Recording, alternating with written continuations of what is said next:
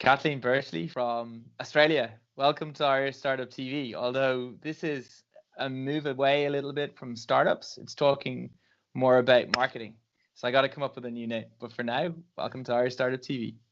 Oh, thank you. Yeah, I feel a lot of pressure. Like I should have some awesome, thriving business that I've started up. You've got an awesome story to share about marketing and the experience of going viral with a photograph and some text on LinkedIn.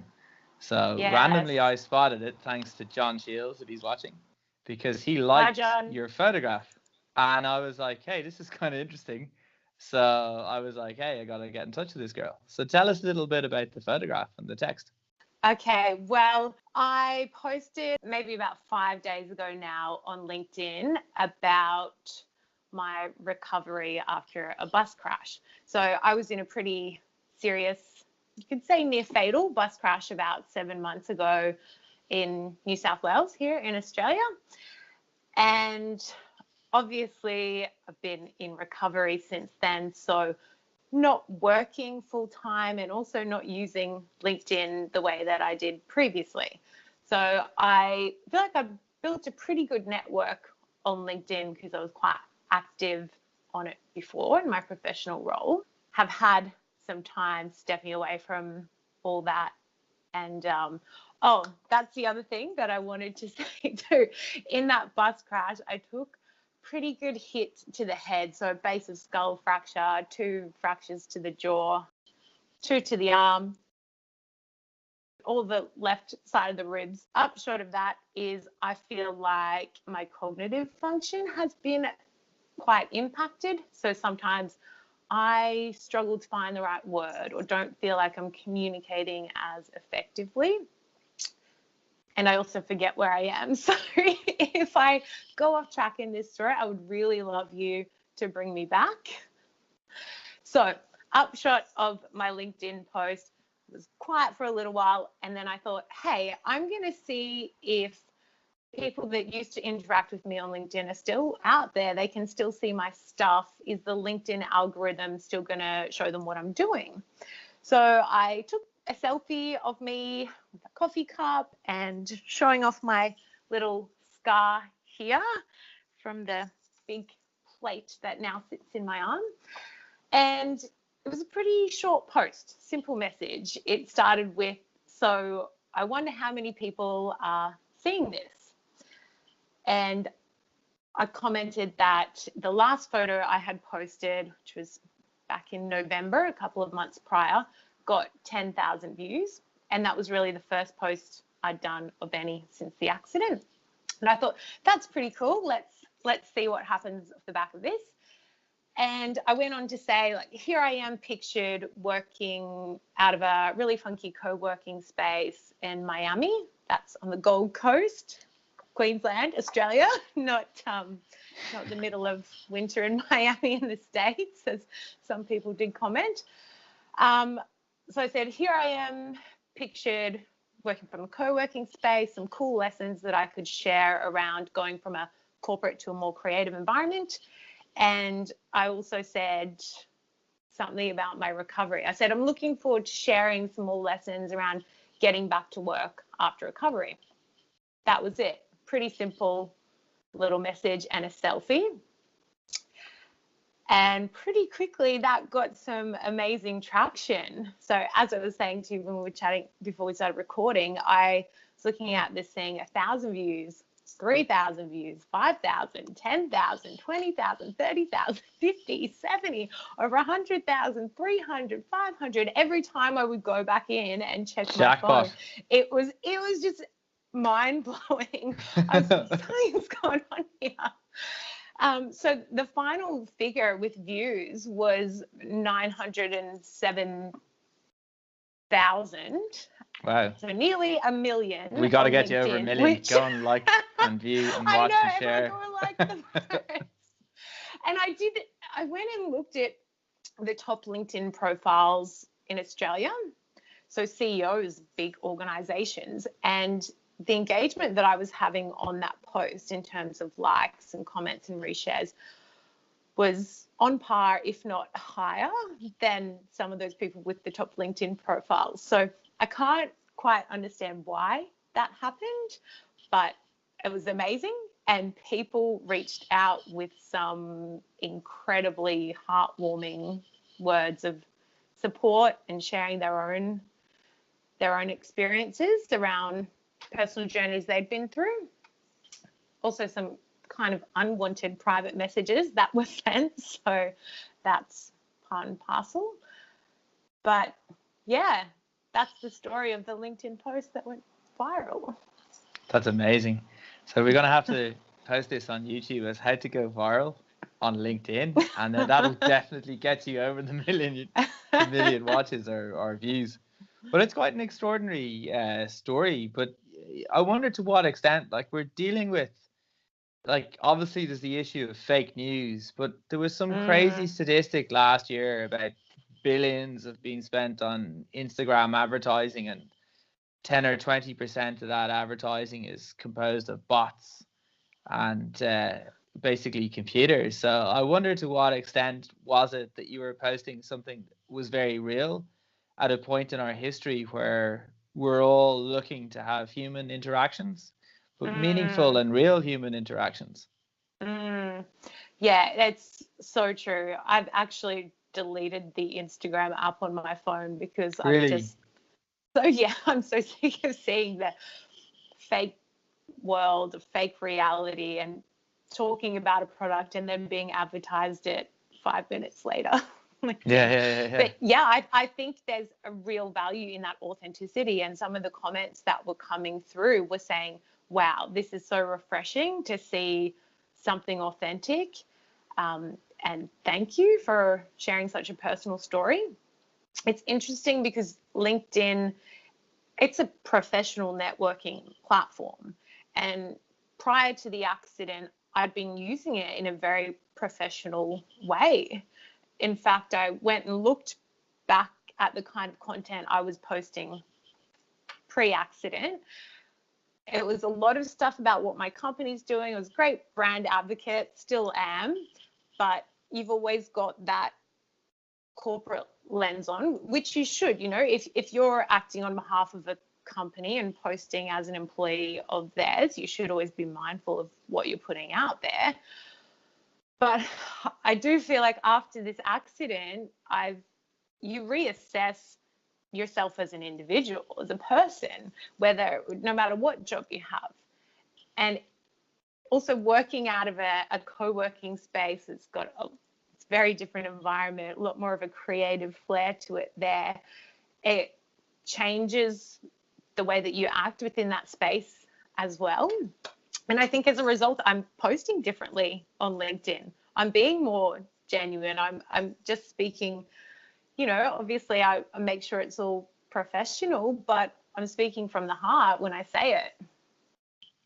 There's a lot of brands that advocate authenticity and speaking from the heart, but it's one thing to say it, it's another thing to actually do it.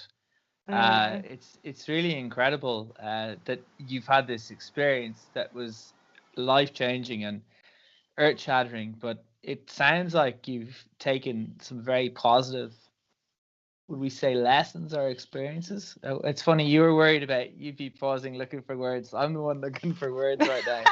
I'm speechless. It's an incredible story. Do you want me to interview you? Yes, please.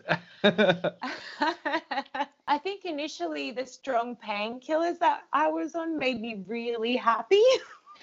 Okay. I remember thinking back, I was like, why was I so ecstatically happy in hospital? Like, I had my jaw wide shut and these bands on, and I was laughing so hard that I snapped a band and had to spend an extra night in hospital to do it. So you see things differently at that point in time. And then as I got out of hospital and progressed further in my recovery, and you start to get to this point where you lose a bit of that positivity because people around you are just getting on with their lives. Your accident isn't all that current anymore, and you do start to question your purpose. You kind of have to make it up every day, or take your recovery really, really seriously and have that be the reason that you get out of bed in the morning.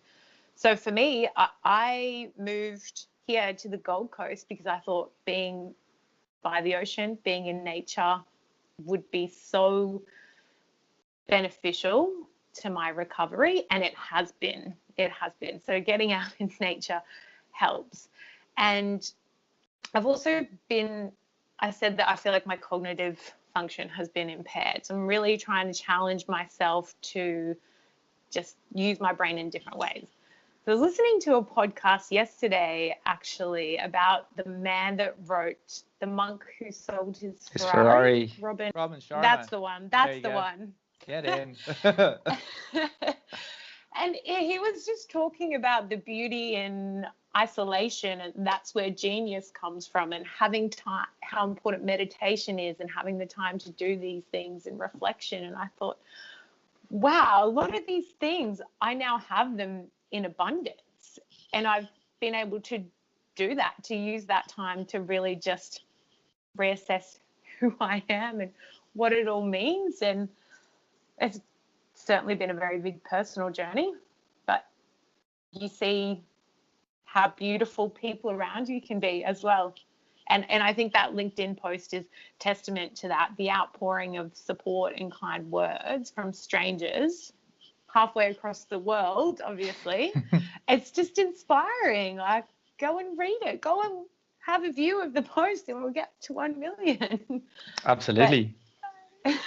But seriously though, you've got a really good point there. Like Tony Robbins talks about the mind being like a muscle, and I absolutely would subscribe to that anyway, because I've always been into my fitness, and there are different parts of your mind you can activate. Like I always looked at the world a little bit differently, and I found in recent years it's enabled me to survive and get through a lot of problems as a result of just taking a step back sometimes. And I think that's really good advice for everybody. Sometimes you just gotta take a step back, and maybe it's incumbent on people to find the opportunity to find that space and not wait until some mad scenario happens. What do you think? Upon you. Yeah, exactly.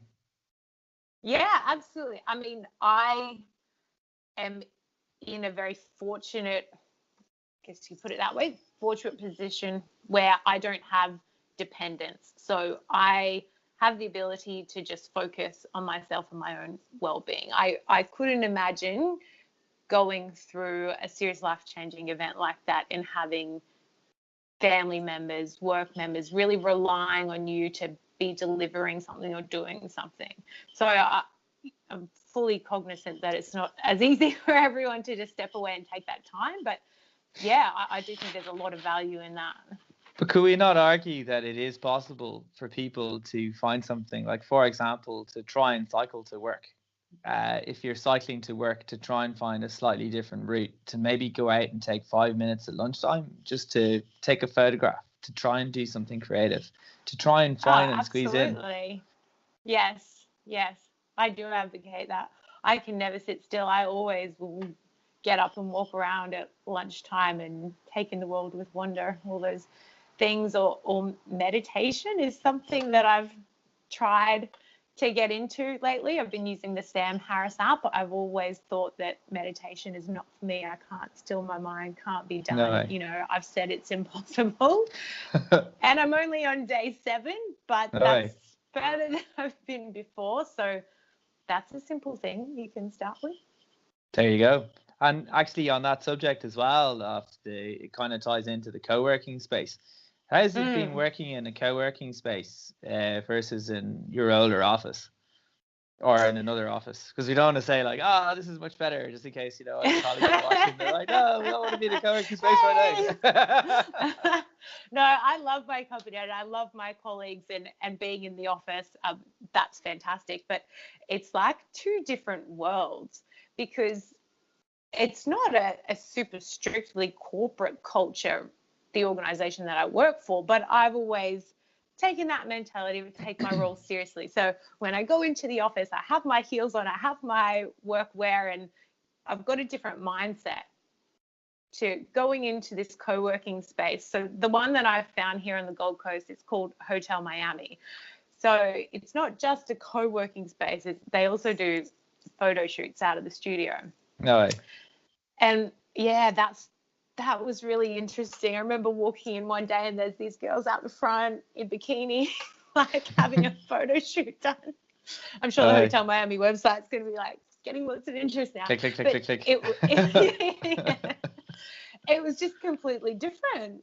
You know, there's not the same rules and regulations that you have for